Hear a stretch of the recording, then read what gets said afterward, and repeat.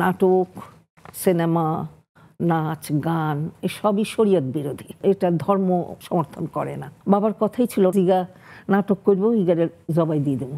মার যেরকম বাধা আমার ছিল ততটাই পথটা মসৃণ। মা আমাকে কোলে নিয়ে মহড়া দিতেন আমাদের বাড়িতেই। তা আমার দিদা বলতেন যে এই বাড়িতে তো আমি ছাড়া সবাই অভিনয় করে। আমাদের বাড়ি রক্ষণশীল, আমরা 14 ভাই বোন, এক মা এক বাবা। কিন্তু তো সেখানে আমার বাবা বলতেন যে নাটক, সিনেমা, নাচ, গান এসবই শরীয়ত বিরোধী। এটা ধর্ম করে না, সমর্থন করে না। সেক্ষেত্রে আমাদের বাড়িতে ভোরবেলা উঠে নামাজ পড়ে পড়তে বসতে হতো। এটা বাবার ইয়ে ছিল। তো আমার বাবা নোয়াখালী বাড়ি, তো উনি একটু ধর্মপরায়ণ ছিলেন। তো সেইখানে আমি নাটক করব, আর পরিবারে কেউ কিন্তু নাটক অভিনয় করেনি।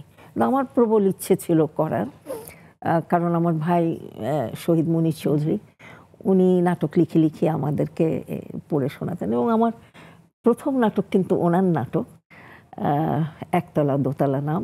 এবং টেলিভিশনে এটা প্রথম, হ্যাঁ, বিটিভির প্রথম নাটক। মঞ্চে তারও আগে ডাক্তার আব্দুল্লাহ, হ্যাঁ মঞ্চে কিন্তু তার আগে, হ্যাঁ, ডাক্তার আব্দুল্লাহর কারখানা করেছিলাম।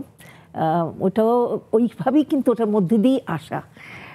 হঠাৎ করে আমার বড় ভাই মুনীর চৌধুরী, উনি একটু কোনো একজন শিল্পী অসমর্থ হলো আসতে, তো বললেন যে তুই কি করতে পারবি? আমি তখন কলেজ পড়ি টড়ি, আমি তো আকাশ, কারণ আমার বাবার কথাই ছিল নোয়াখালী বাড়ি, তো বলছিলেন জিগা নাটক করবো, ইগারে জবাই দিয়ে দেবো। জবাই। তো এই সাংঘাতিক অবস্থায় উনি আমাকে বললেন তুই কি আমার একটা অভিনয় করে দিবি? আমি তো জীবনে করিনি, কিন্তু আমি অভিনয় করবো, এমন তো আব্বা তো মেরে ফেলবে। তো বললেন না, সেটার দায়িত্ব আমি নিচ্ছি, তুই যা। এবং তোর আমি তো করতে পারবো না, আমি তো অভিনয় করিনি। তাতে কিছু না, এটা একটা রোবটের চরিত্র, তুই এই যন্ত্র মানবী, হাত পা সোজা করে ঠাস ঠাস করে শুধু সংলাপগুলো মুখস্থ করতে হবে।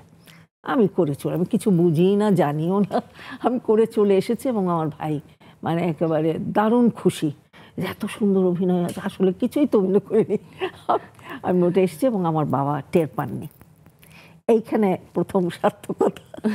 আমি সেই ওনাকে ফাঁকি দিয়ে করে চলে আসছি। তারপরে অনেকটা বাঘের রক্তের স্বাদ পাওয়ার মতন তারপরে মনে হলো নাটক করা তো বেশ মজার। তারপর থেকে আমার উৎসাহ বাড়ল। বাবা মা অভিনয়ের সাথে যুক্ত, পরিবেশটাই ওরকম ছিল, সেই হিসাবে আসা নাকি আপনার নিজেরও ইচ্ছা ছিল অভিনয়ের প্রতি?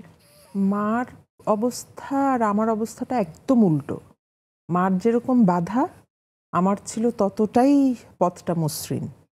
তার কারণ হচ্ছে যে আমি আমার জন্মের পর থেকে মা আমাকে কোলে নিয়ে মহড়া দিতেন আমাদের বাড়িতেই। আমার ক্লাস 7 পর্যন্ত আমাদের বাড়িতে নাটকের থিয়েটারের মহড়া হতো, যে কারণে আমার বেড়ে ওঠাটাই ওটার মধ্য দিয়ে।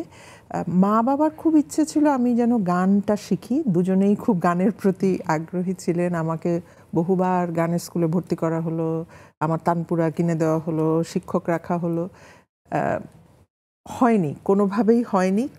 অথচ পাশের ঘর থেকে আমার সংলাপ মুখস্থ হয়ে যেত। ফলে আমার আকর্ষণটা সবসময় মনে হয় নাটকের দিকেই ছিল।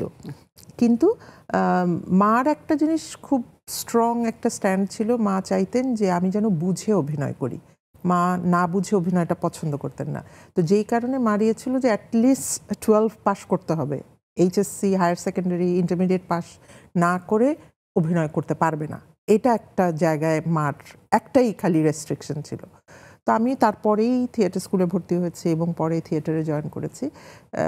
তো আপনি যদি বলেন যে পরিবেশটার কারণে, অবশ্যই পরিবেশের কারণেই রক্তের মধ্যে এসছে, কিন্তু এটা পুরোটাই আমার নিজের ইচ্ছায়। মানে বাবা মা কোনোদিন চাননি, কোনোদিন বাধাও দেন, চাপিয়ে দেননি।